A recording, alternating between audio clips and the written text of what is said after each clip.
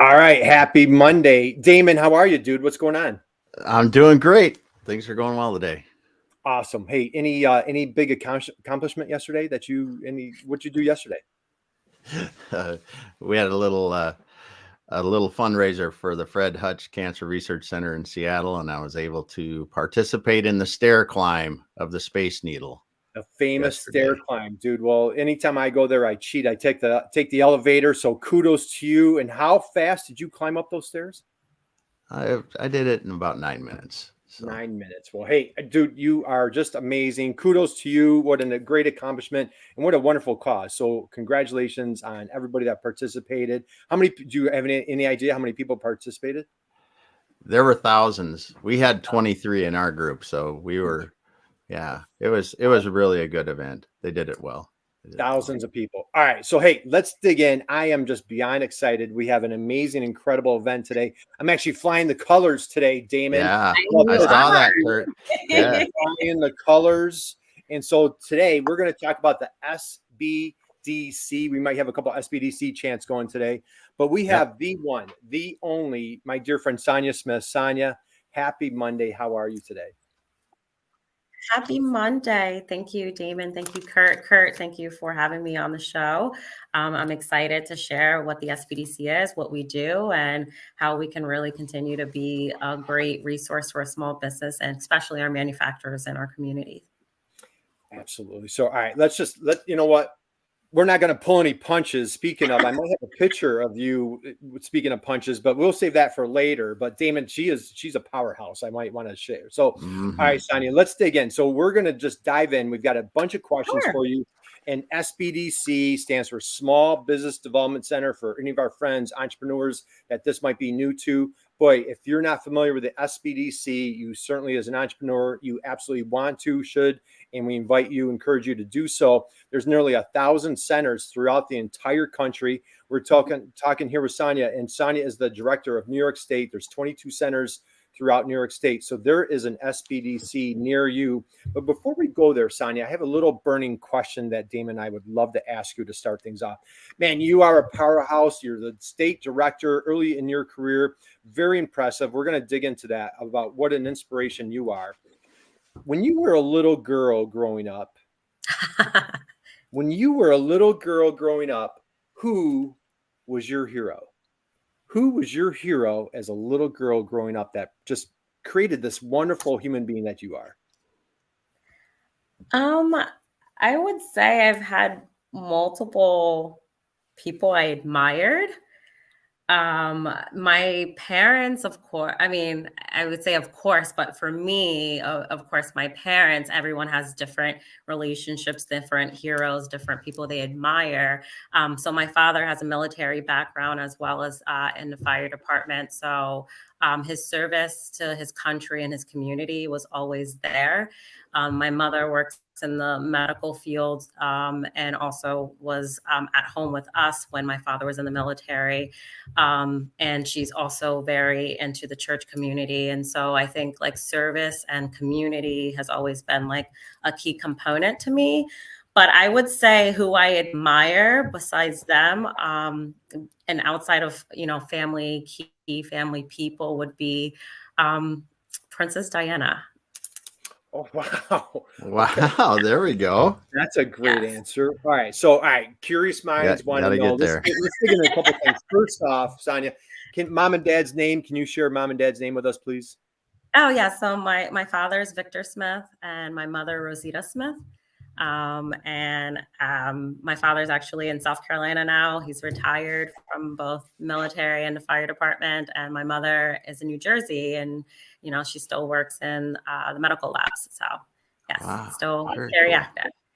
Well, that is awesome. And hey, all right, so shout out to Victor. Damon and I are huge, proud girl dads. And so we love what what an inspiration that Victor contributed. Thank you for his service to our country and just, kind of setting set the bar high for you. And you and I, when we got together, you shared a little bit about your background with your dad in the military. So I got a little sliver of that when we talked last time. Let's slide into Princess Di. Why Princess Di? That was a great answer. That's our first time anybody's put that answer out on this show. why was Princess Di your inspiration? So I really went beyond just like the royalty and glamour and title and names. I think for me, and I think that's why she was such an outsider, because it was beyond that for her. It was what she can give back, what she can add value to her community, to other countries, to the world. And so that's how I viewed myself, as always like mediocrity or just like status quo or just getting by or just living. Like, it's great to have an able body and be able to live and give back to other people. And I feel like that's what she embodied, was like not just grace, and it's outside of the royalty side. It was like, what else can she do to leave her mark on the world? And so that's what I appreciated about that. Even with just the bad press, bad media, and the divorce and everything else, family, we all have that. We have family concerns, we have hurdles and struggles and obstacles, but like how she continued to want to do good for the country, or say for the world, in different ways. Wow, what a great answer, man. That was Yeah. phenomenal. And just, again, with all the flaws, nobody's perfect, and all the challenges that she went through, and still dedicated herself to giving back, and just what a role model that she was, for, back in the 90s. So that was thank you for that answer. That was a Awesome. wonderful, wonderful response. And so let's, all right. So tying in mom and dad, Princess Di, and of course, like just, the respect and admiration we have for what you've accomplished. I want to start where you are today, but we're going to reverse engineer it, and we're going to go backwards, Sonya. So, okay, you are the state director. For anybody just joined us here, boy, drop a note in the chat box. Let us know that you're out there. Give a big warm hello to Sonya. You want to definitely connect with her on LinkedIn. She's doing all sorts of amazing things for entrepreneurs all throughout the great state of New York. And so, all right, state director. I mean, this is a big deal. And I'm a SBDC alumni, and so I know firsthand what a massive accomplishment this is. Let's reverse engineer it. Younger, okay, so mom and dad are your hero, Princess Di your hero. You go off to college. Did you kind of like pave the path? Did you see this direction of like giving back, community, entrepreneurship? Did you see this all come together? I wouldn't say entrepreneurship. It's always giving back. Like I said, similar to kind of the people I admire, it was beyond titles or, money in that sense. It's like, what was your purpose? What's your passion? So entrepreneurship was never really, even back then, the word or like the thing to focus on, even in business. My background's accounting and finance, actually. And then I ended up going back to school to go to grad school for my MBA. But it didn't really hit me about entrepreneurship or what entrepreneurship meant for small businesses until my sophomore year in my undergrad. And that's actually because I met one of the, at the time, center or regional directors that was at the SBDC. And that was kind of how I got my internship and working with the SBDC back then. But before then, I was actually, previously to me going to college and taking the finance accounting route, I was actually geared up to be an attorney. That was like my goal, really? an attorney. Okay. Yeah. So what was the detour, Sonya? Like what? So Gotta ask. Looking at law school, looking at this, direction, like what was there an aha moment? Was there a change? If you're like, maybe law school's not for me. What was that? Oh, I think she froze for a second there. Okay. All right, she'll come right back. Yeah. So anyway, Damon, so let's go here. So SBDC, Small Business Development Centers, there's like, I think there's 900 and change around the country. Okay. So like here in in New York. You were part of it. You were part of it. I was, so I worked there for 4 years. I was part of the SBDC. So in, it's rural, city, and I think they have a claim to fame, like, within so many miles, there's an SBDC because they want the outreach to, near any and every entrepreneur throughout the country. Right. And so the thing is, they're always parked at a college or they're always parked at a university, always.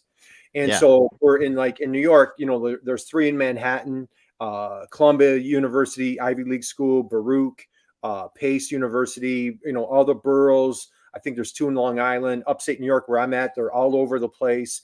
So again, whether city, urban, I know in Seattle, there's a bunch near, where Yeah, you're there's at. one like the one that's like 2 miles from me. There's one 2 I- miles from you. So, all right. Yeah. Hey, I welcome. apologize. Yes. That's all right. We were Hey, talking welcome, about my Sonya. deja vu moment, and then I went black. So on my side. Hey, and so, all right. So we were digging in, and hey, we've got DC's here Yes. today. So Yeah, DC's here. DC's here. DC's DC's a great friend. And so DC, please drop that question right in the Yeah, chat box. drop a We would question love- in chat. And so DC's a dear friend of ours, Sonya, and she's a supply chain superstar. She is Yeah. talking about powerhouse. We do a bunch of speaking engagements with DC. She's been a friend on the program here a couple of times. She does a lot of she talks about diversity, supply chain. She's building an amazing, incredible business, great entrepreneur. DC, please welcome. Happy Monday. Drop that question right in the chat box. But Sonya, Yeah. where we left off, you were talking about like sounds like were you Yeah. at a fork in the road of like looking at law school I compared to was. So I said you were giving me deja vu because I said I didn't hear really much about entrepreneurship, but I lied because I was in the future business leadership leaders of America back in Uh-huh. middle school, high school. So I was always part of that. But in high school, I think my last 2 years, actually, it's always my sophomore year. My sophomore year is when I had my accounting teacher at the time was like, law school's not for you. And I was like, I think it is. And she was like, it would be great for you. You will be successful at anything you do. But she's like, accounting and finance comes so easy to you. And that could lead a path of a foundation of, just getting into the business world. And so that's where I kind of took my turn. I applied to a couple of larger schools. And she was actually an alum of Albright College in Reading, Pennsylvania. And that's actually the school I got into, or the small school I got into, a private school. So then I went that route and stayed somewhat close on the tri-state area. Yeah. Perfect. Okay, so then let's slide in here. When you mentioned, if I caught you last time, you said the SBDC came on your radar. Was that when you were at your MBA, or was that still undergrad? That was actually from sophomore year in high school is when I switched to accounting. And then sophomore year in college is when I got introduced to SBDC and interned with them. And I interned with them working with clients and mostly all small businesses that needed financial performance and their financial projections done. So I kind of stuck on with the finance side, but more on the business focus. Yes. Perfect. Well, I love it. And what a perfect fit for your passion, with financials and, so many entrepreneurs, Damon, this is your world. So many entrepreneurs, Yeah. they come into business and they just, unfortunately, that's just not their jam, or, they need that expertise. Well, and we're knee deep in projection season right now. This is Right. October, November, December is when everybody goes, oh, we gotta lay our projections out for next year. Yeah. So let's jump into DC. So This is a DC, great she's question. actually out. She's Right at it. Great minds think alike here, Sonya, because she's jumping out ahead. We were going to dig into this. What SBDC program is available for manufacturers? How can manufacturers pair with SBDC assistance? So you know what? So let's go here real quick. Let's lead up to that question, because I know you and I kind of have an order that we want to get into. Let's just from your high level view, share with the folks out there who and what is the SBDC. Then we're going to dig into a couple of things. And DC, hang out with us for 1 minute because we're going to lead right up to your question. But let's share with the folks that aren't familiar with the SBDC, who and what services do you provide? Sure. Yes, we talked a little bit about my path and journey, but getting to the Small Business Development Center. So you mentioned this earlier, and for people now tuning in, there are about 1,000 centers across the nation.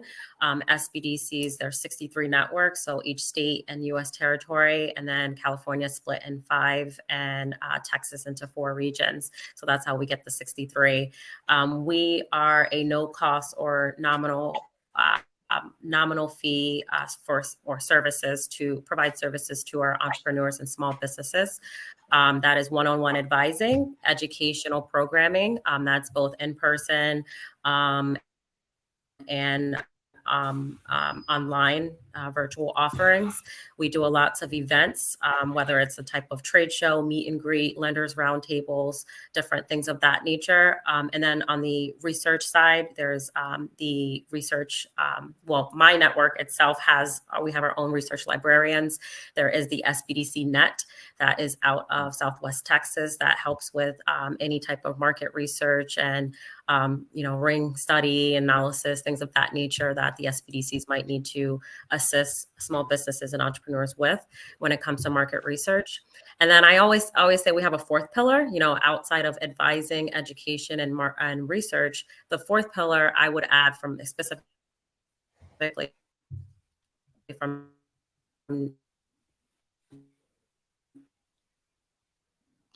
I think we lost. It's like right at the New York is the advocacy side. So a lot of small business.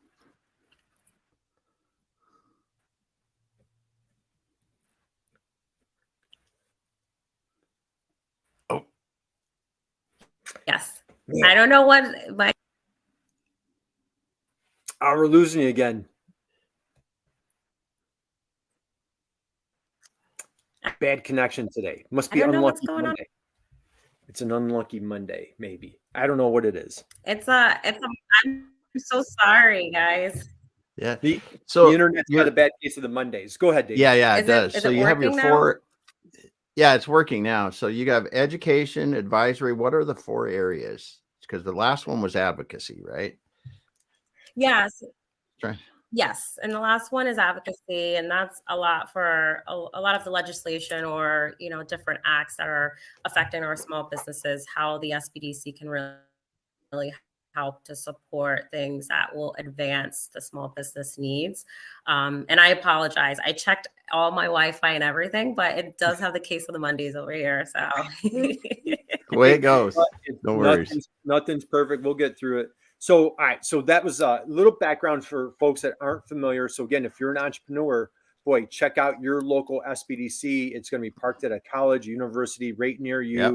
It comes with advisors that have vast, deep expertise. Either they've been entrepreneurs themselves, they have finance degrees, logistics, marketing, just kind of every aspect. And each SBDC has a wide, diverse, bench of advisors that they're going to bring. So even if you hook up with an advisor and maybe they don't have that specific area of expertise, there might be somebody else on a team.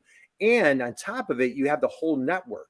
So for example, in New York, Sonya, if somebody's looking for something specific and maybe Buffalo doesn't have that information, well, hey, we could go down the road to Albany or somebody in Rochester, or whatever that might look like. Let's go here for a minute. In DC, I promise we're going to get to your answer in a minute. So Sonya, I want to get back to your journey. So okay, you interned. I absolutely love that. So you're interning at the SBDC. Talk what was your first job, or what did it look like? Because how do you fast track yourself to be you went from the associate state director in Pennsylvania to now you're the state director. Just share a little bit about, for a young person out there who's maybe young age and they're looking to fast track their career. I'd love to share with us your journey through the SBDC and any attributes that you would like to give credit to on your early success. I would say the attribute of being curious was a good one for me, as well as very ambitious. And the two mirrored and partnered together adds that path of what's next for someone. So I probably have worked a majority of roles in the SBDC network, in combination between Pennsylvania and New York. I've helped with marketing communications when we had a gap in there. I was the budget analyst. Done intake. I advised before and was an advisor or counselor. I've helped on IT side, anything that you can think of. I've assisted when we had gaps in hiring or as we were getting people up to speed that were maybe not within the program. So for me, getting up into this or getting to this role in my career, and I still say early in my career, even though I've been doing this for about 15 years now, is that it just helped pave the knowledge and the experience and things that I need to be exposed to help with the next position. So I always take it into, take strides into, this is just a learning experience for the next opportunity that could be available. So I would say for anyone, especially young people that are young in their career or new or early in their career, is to don't pigeonhole yourself, don't have the parameters, be exposed to different areas, be mentored. I have tons of mentors, but also mentees. So it helps for them to give me some feedback about them getting into their workforce and their career, both on personal and professional side. But have people around you that support you, but also be curious and ask questions.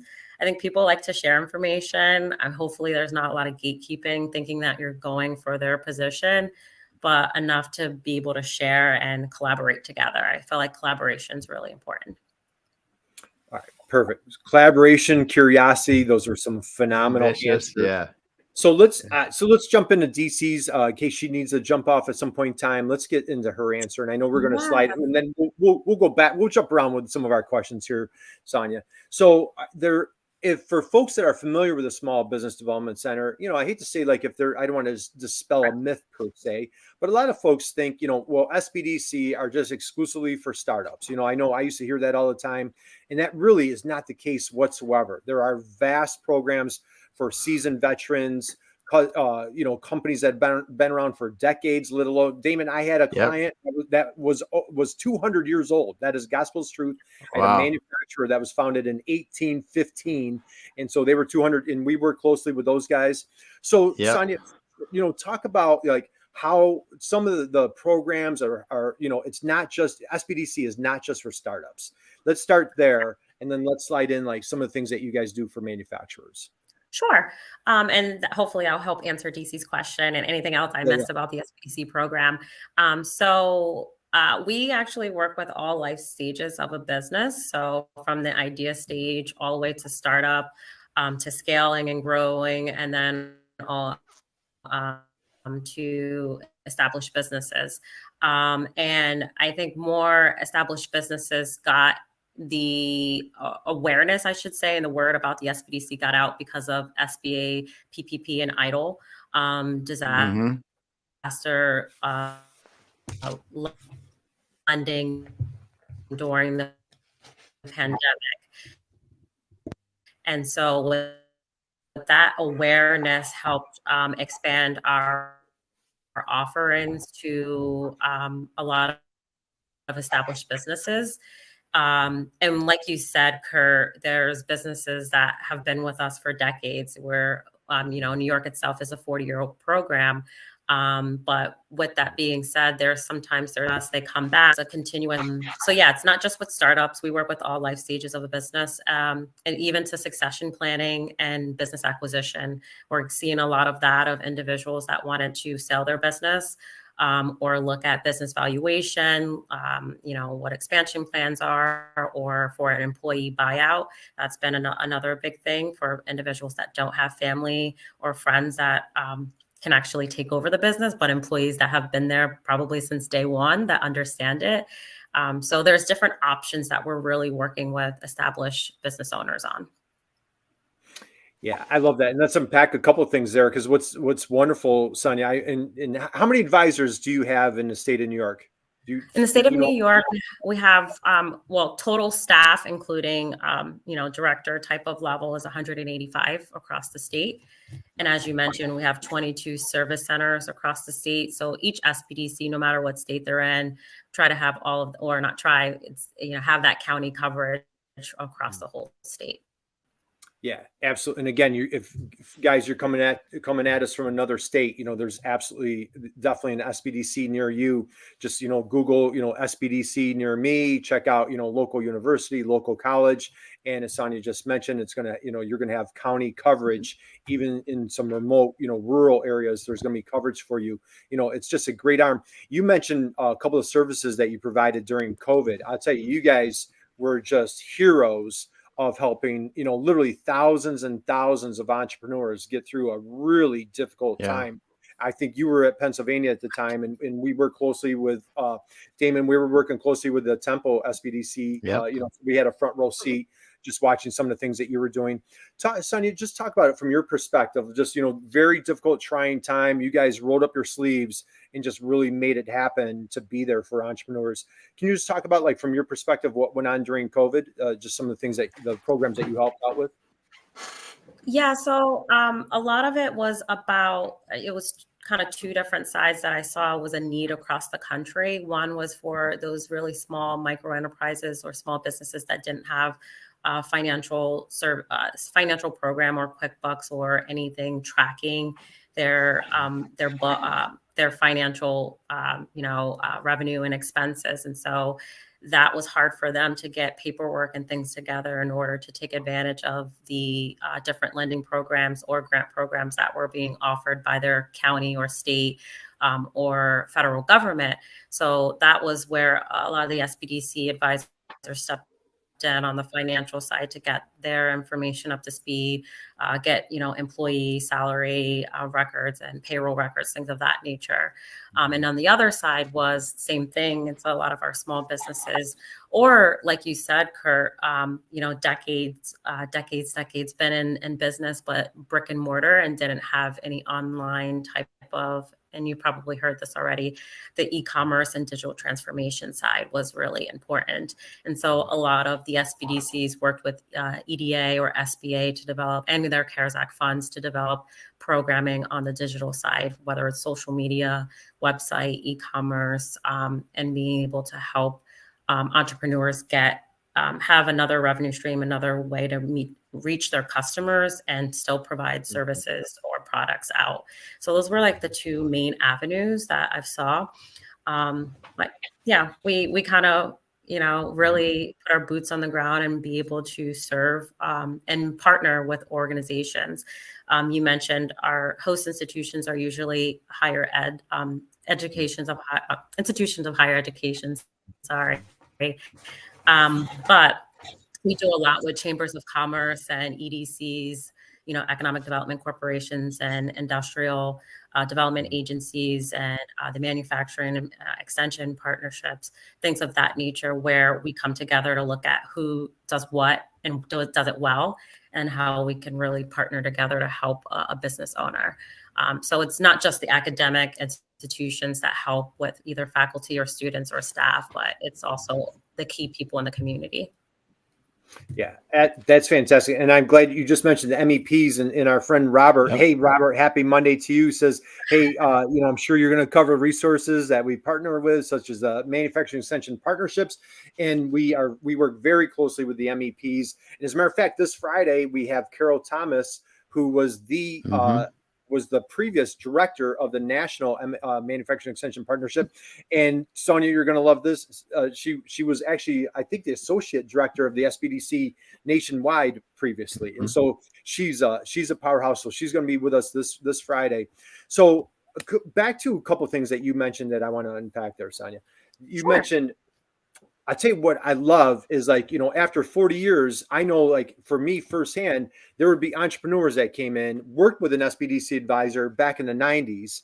And then all of a sudden now their kids came into the business, and now, exit planning, succession. And so DC, this is going to tie in with some of the questions that you're asking, like, hey, what are some of the programs available? Sonya just mentioned, since succession planning, there's all sorts of tech. I know, like, in New York State, there's all sorts of, like, SBIR. There's a lot of different acronyms, a lot of loan programs, technology. Do you want to cover some of those things? I know, like, that's more New York specific, but do you want to cover some of those programs that are going on in New York here that would be helpful for manufacturers? Well, yes, a lot of them are still covered nationwide in some of the states, but to DC's question on the business growth side or the business improvement side depends on how you're looking at it. We do, as I mentioned, the partnership with anyone within the local community, whether it's an EDC or MEP. Like you said, alphabet soup, lots of acronyms, Kurt. But, we have our international trade program, which really focused on exporting services as well as exporting knowledge and research. So that helps on the market research side to look at the business growth. You talked about SBIR, which is the business, small business innovation resource, sorry. And that really focuses on grant programs on the technology and commercialization side. So how to really advance, manufacturers in that sense, whether it's a phase 1, phase 2 type of funding that they're looking for. And we have tons of clients, especially in upstate New York, that really work with a couple of our advisors on the tech side to really advance their businesses there. Strategic planning, you talked about that, leadership development, workforce development.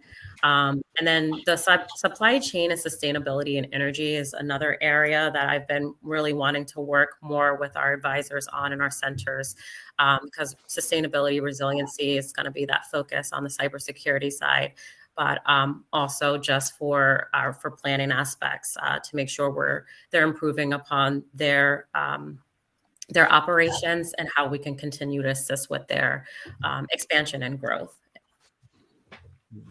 Did I answer your question? Yeah, no, sorry if I'm coming in late. No problems. Damon, what were you going to mention? No, that's great. I mean, because there's just so much that these business owners have to cover, and just so many different areas, and to be able to go to the SBDC and just talk to some people. Because I mean, you guys have really, really experienced advisors. That's the nice thing about it, is they've been there before. They probably know what you're going through, and can really help in this wide range of things to get you on the right course. And Damon, to your point, I think Kurt mentioned this as well. If we don't know the answer, or we don't have the resource, we will make sure we partner and collaborate with those that do. It's about finding solutions for the entrepreneur, for the small businesses. It's not for us to be a one-stop shop. It's for us creating those connections for the one-stop shop for the entrepreneur to be able to answer questions for them. And that's where we come and are really key resource as. Yeah. And Damon, we've had a number of folks, especially we've had folks from SBDC. I think one of our very first guests on our Monday program, believe it or not, Sonya, was Glamis, who's with the Columbia. Yep. Yeah, she's with the Columbia SBDC. And and my running joke was, what? I had to leave the SBDC because every year Glamis would win like the Advisor of the Year award. I'm like, Glamis, I can't keep up with you. Like she would just, but it just the wealth of information, the passion. And so every year we would have an annual little throwdown, a little get together with all the SBDC advisors would come together somewhere throughout the state. And Damon, it was like just a mammoth pep rally where there would be, entrepreneurs would win different awards. And so we're celebrating that entrepreneur. It just would they'd be on stage, like literally in tears, because, entrepreneurship is lonely. They get very little to no recognition whatsoever. And all of a sudden they're on stage, literally in tears on what this advisor did for them, or just having that trusted guide. Sonya, when I had my office, I had my box of Kleenex right in my office. I'm like, half the time it was for me, and it's it's emotional dealing with entrepreneurship, family, parents, kids, spouses trying to work together, let alone banks and loans and, just all of the above. Again, you go from associate director, state director of Pennsylvania to the state director. The first day you walk into the job in Albany, day you walk into the job, you are the big kahuna, if you will. You're in charge. Well, how did it walk us through? What did you feel? Yeah. You're in charge of 185 folks that are passionately helping entrepreneurs. What was that first day like for you? Yeah. I mean, as being a single network, we're second in size. I think it's neck and neck with Florida, outside of California and Texas. What did it feel like? It felt like, I don't know. I'm very observant. So it was more like, let's step back and review what has occurred. Let's talk to the staff. Let's have conversations. And I like inclusivity, transparency, inclusivity, and accountability are I call my three cornerstones for my network. So for me, if it doesn't start with that, then we can't move forward. And so it wasn't me pointing out has this occurred, or why are you guys still doing X, Y, and Z. It was listening first, absorbing all of the information and observing everyone. So it was more I went in with a calm feeling, not trying to change everything. Rome wasn't built in a day, but also to make sure that they felt supported and that I was, because I'm an outsider coming in. I'm not from New York State. I wasn't, even though I'm from the tri-state area. So it was more like, how can I gain their trust and build that kind of relationship first before anything does occur. So that was my most important thing and how I felt. I don't know. I felt calm, actually. I moved in the middle of winter to upstate New York a week before Christmas. So, well, you are a trooper. And hey, and our dear friend, no doubt. our friend Renee is here, and she dropped a link in there. Yeah, drop guys. a link So in there again, you for can us. grab that link, check that out, and if you're coming to us from outside of New York, again, just check out your local SBDC. Sonya, if you don't mind, you mentioned you have 3 cornerstones. Is that what you said? Can you did you said you had three points? Yes. Can you recap those again, please? Yeah, I see. Of course. I say this during most of my meetings, transparency, accountability, and inclusivity. Love it. All right. I'm just taking, all right. You're fine. And when you were at the Pennsylvania, you worked under Ernie Post, if I'm not mistaken. Is that correct? Did you work with Ernie? Correct. Yeah, that's who I met when I was actually an undergrad, and I finished one internship. I'm a very ambitious person. So I finished one. I was working almost full-time. It says I was working part-time, but it wasn't. But yeah, I met Ernie and we were talking and I said, I need another internship. I don't think he believed I was actually going to email him my resume. And then I think he forgot like who I was at first. Cause he was like, I think I remember. And then I was like, no, I'm one of those people. Like if I say I'm going to do something, I'm going to follow up. And so he's like, sure, come in for an interview, like a formal interview and everything. And the rest is history. That's how I got my first kind of taste and my feet wet with the SBDC and exposure to it. Yeah. Well, that's fantastic. And so now Ernie, if I'm not mistaken, he's the Pennsylvania state director, correct? Correct.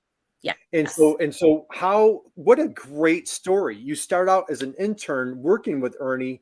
And again, like you guys just, just built this wonderful relationship. You climbed to associate director of state of Pennsylvania, again, one of the more populous states, very heavy industrial states, very heavy entrepreneur. I think there's 16 centers throughout, the state of Pennsylvania. Wow. Were there any leadership traits or what was your, what do I want to say? Like, what did you pull out of that experience as the associate director or under Ernie that you really brought in to bring in you start your own legacy in New York? Is there anything there that you want to share? Well, in Pennsylvania, I mean, similar to all of the networks, it's the people that you work with in general in any industry.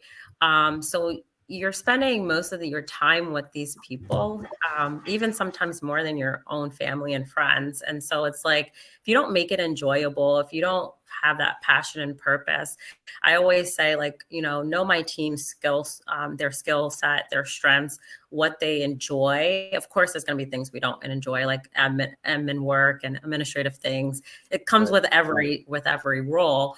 But it's like, how can you really highlight their strengths and make them feel empowered and excited? And so when I was working with programs and policy in Pennsylvania, that was my main focus, was all on outreach, on partnership development, on program development, and looking at where were the key areas that the centers can really shine. And so I do the same thing in New York, is where are those specialty areas? What is going to be needed for the small businesses, but how can, everyone doesn't have to do the same thing in cookie cutter, but how can, Long Island do something for manufacturers and cybersecurity because they already have a strong network? Let's highlight that.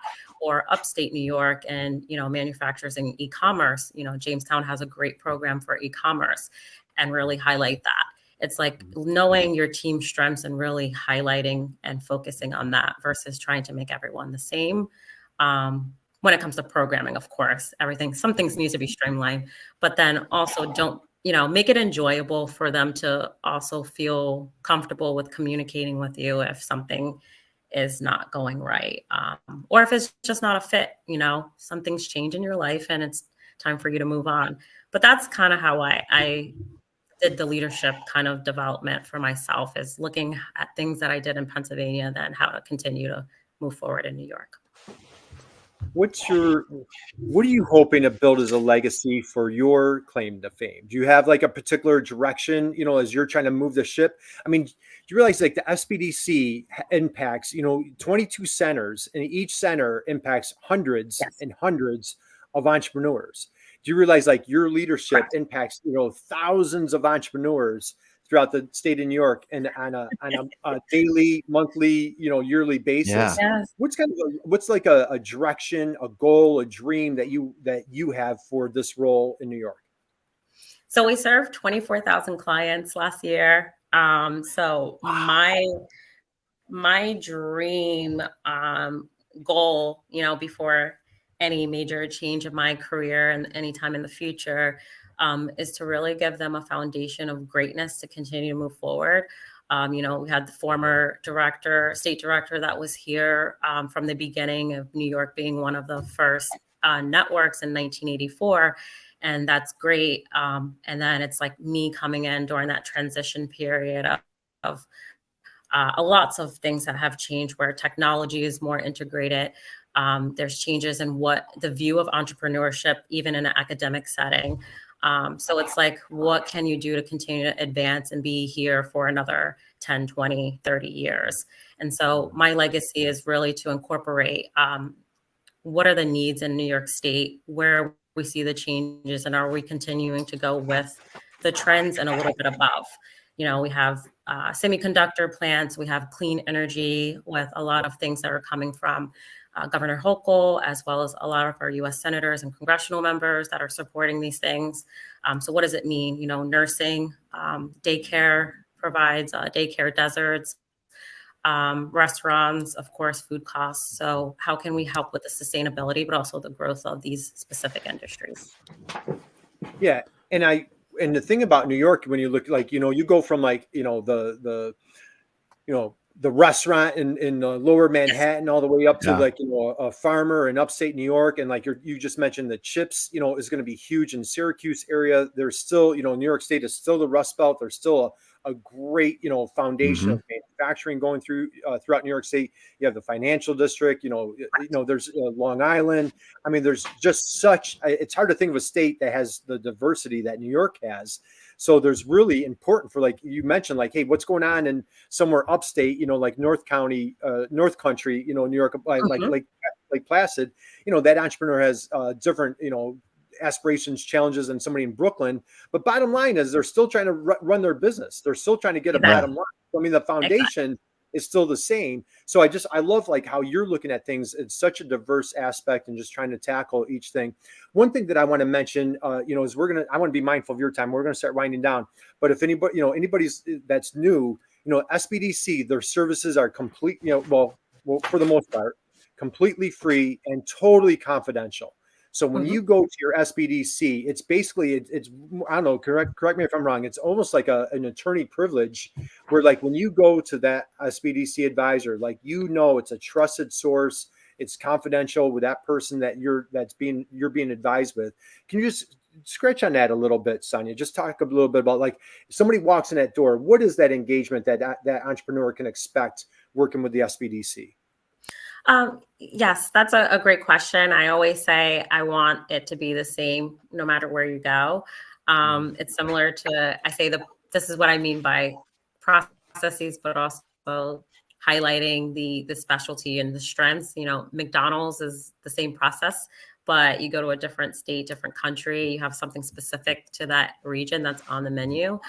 So, entrepreneurs and small businesses or whoever, it could be even a visitor or a partner, we want them to feel like as part of us. How can they gain some solutions and answers? So it's going to be a welcoming and friendly type of relationship that we're building. And on the confidentiality side, I'm glad you brought that up, Kurt, because we want to be a trusted advisor. We hear a lot on the professional side, sometimes too much on the personal side as well, but it sometimes is included into someone's business journey. But we, like you said, we are unbiased supporter for that entrepreneur to see them win and see them successful. And sometimes that could be making some hard decisions. And we want them to be able to be comfortable to share everything so that we can help them make the best decision possible. So without their approval and their sign off from the confidentiality, we can't share any information or continue to move outside of that without their approval. So we do ask for their approval for anything that we're doing, whether it's with a partner or a lender or another organization, to make sure that they understand the requirements that we have on our end.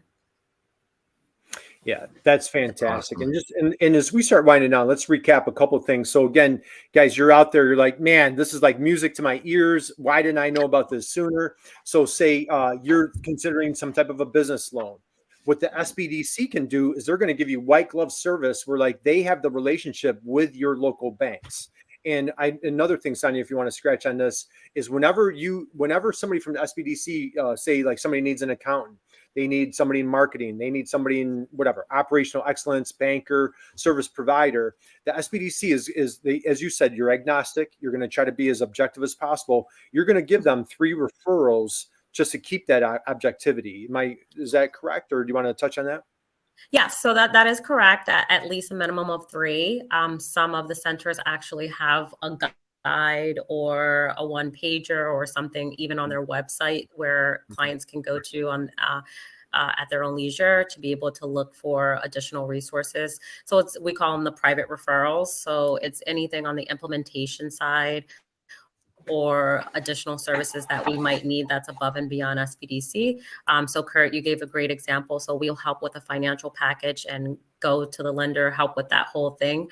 But then that person might need actual individual on staff to help with their bookkeeping.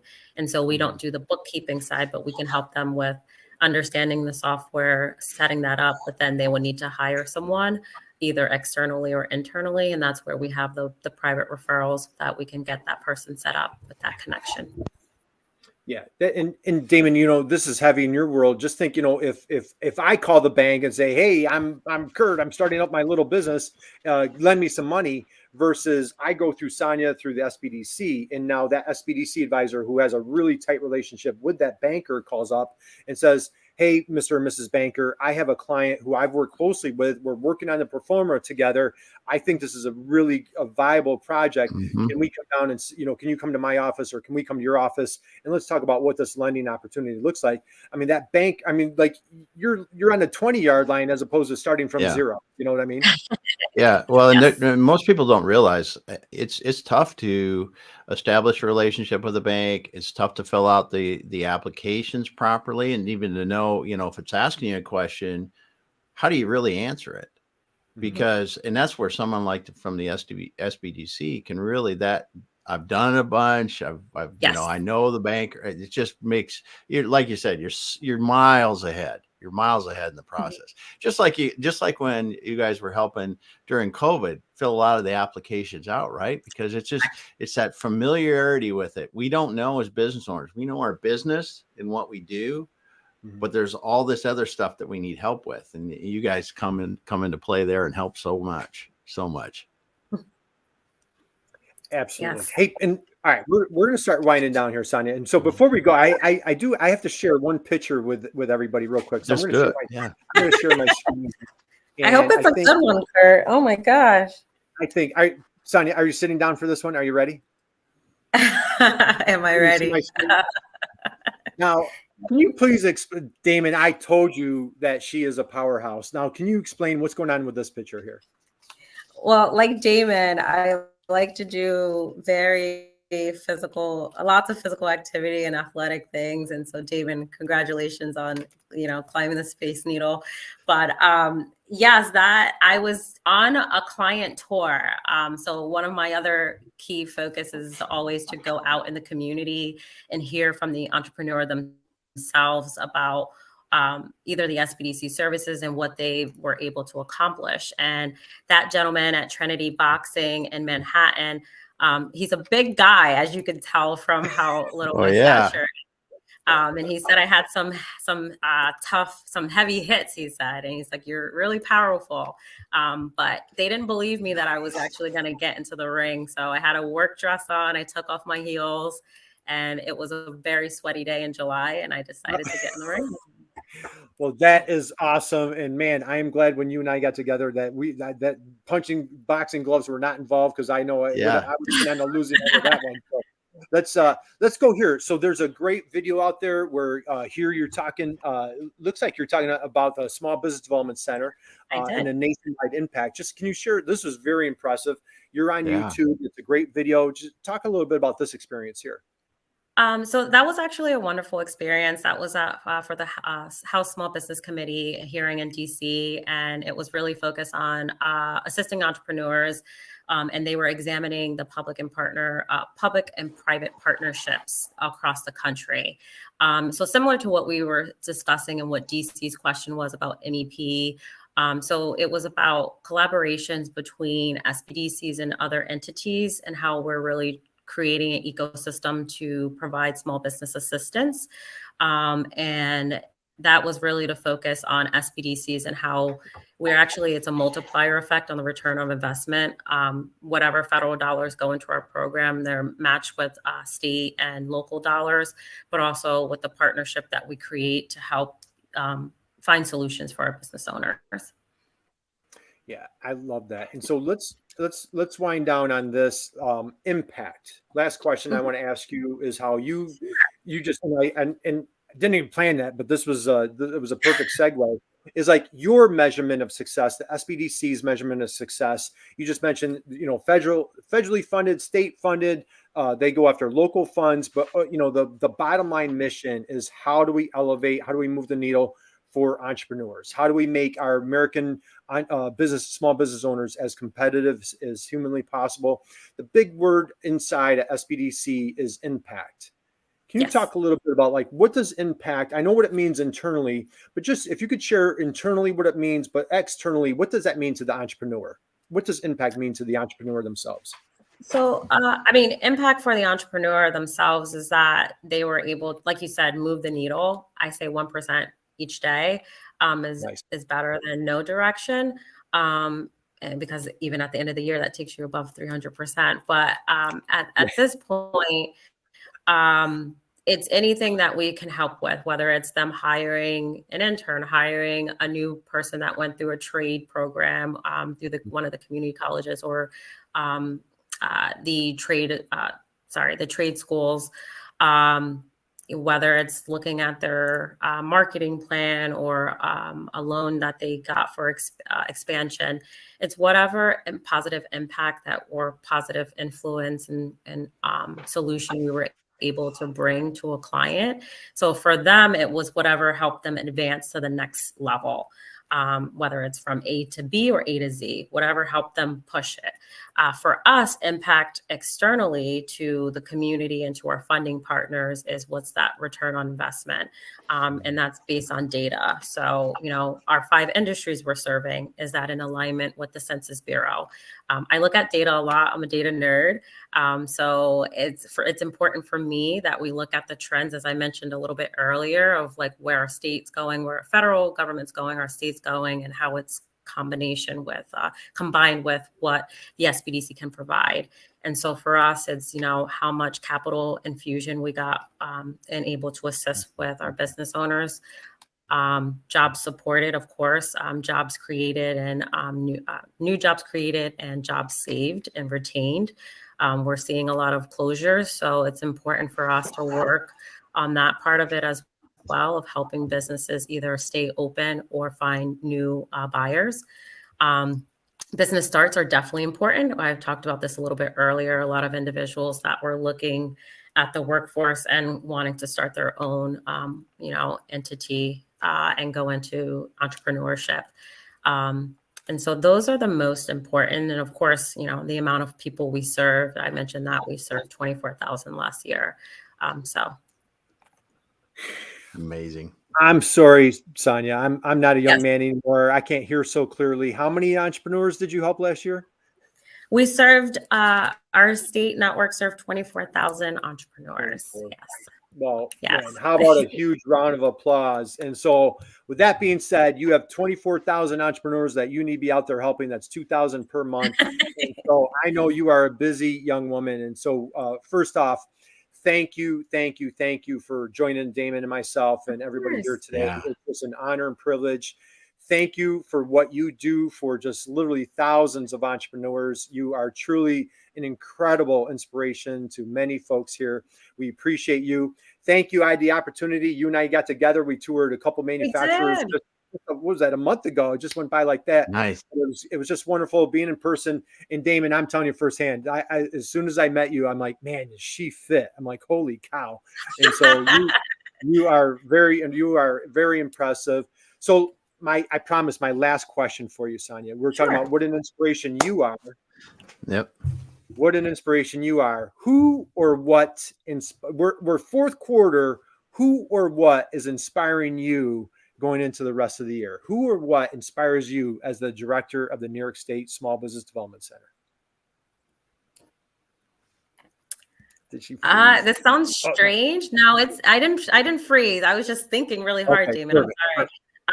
It sounds strange, but the future me. The future you. Man, drop the mic. That is a great answer. Please share. Please enlighten us. Wow. Because I have to answer to her on all the decisions I'm making right now in my life. And so for me, that's awesome. That's what's keeping me, keeps me going, keeps me inspired. Cause I'm like, she's going to go, well, why did you make this decision? Why is this? So it's like helping me set up her life for the coming decades. Wow. Don't want to regret that future you. That's no. Push that regret for. You don't want to create regret. That was a major mic drop right there, Sonya. So that might be one of the best answers we've ever had. Your future you. I absolutely love that. So let's do this. We're going to wind down. We're going to close out. First off, thank you again for joining us here today. Thank you, everybody that's been here. Robert says he loves that picture of you with the boxing gloves. Robert, thank you for joining us today. And just thank each and every one of our SBDC advisors. They are truly just working relentlessly to help entrepreneurs, move the needle, hit their goals, provide for their families, maintain jobs for their employees. It's such a critical, what an admirable job. When I was at the SBDC. Oh, you got my book. Damn it, she's got my mom's favorite book right there. So that's thank you so much, Sonya. So Damon, takeaways. What was your biggest takeaway today? Well, first of all, Sonya, thanks for the inspiration and I can see that being in the SBDC in New York State would be a lot of fun with you as the leader and the helping 24,000 people, but also you once again showing us the impact that the SBDC has on entrepreneurs that's really shaping their lives and then shaping the country, because our country is fueled by small business. Mm-hmm. We hear about the big business, but we're fueled by small business, and you guys are right there in the ground level helping everybody do it. It's so cool. Well, thank you both so much. Yes, everybody, good stuff. What a way to start the day. Anytime big round of applause. This was awesome. Anytime you want to invite me, please invite me back. I'm sorry for the Wi-Fi issues, but yes, it will be great to see you all again. Absolutely. We're going to definitely have you back. And so anytime, you and I need to get back together again. And it was did we have a great time on those tours or what? We did. We learned a lot. We said we were going to bring them on to your show too, to talk about flexibility and manufacturing plants. Yeah. So I'm going to go on site with, you met Roger at Falcon Electronics. So Damon, he's going to come on the show, I think in November. Nice. Then you met Andrea and her husband, Sean, at Water Street Brass. How impressive. Wasn't that a great tour? Water Street Brass. Both of them were phenomenal. Yes. But Water Street Brass. So Andrea, we're going to go on site at Andrea's and we're going to do a little tour. We're going to have her on the program. And so all sorts of good stuff. But Sonya, we're going to have you back on again. We're going to close out, guys. Boy, just keep being someone's inspiration, just like Sonya was for us today. We appreciate you. We're back here Friday with Carol Thomas. We're celebrating Manufacturing Month. And so we just can't wait. Guys, have a great day. Sonya, hang out with us for 1 second and we will see you soon. Thank you, everyone.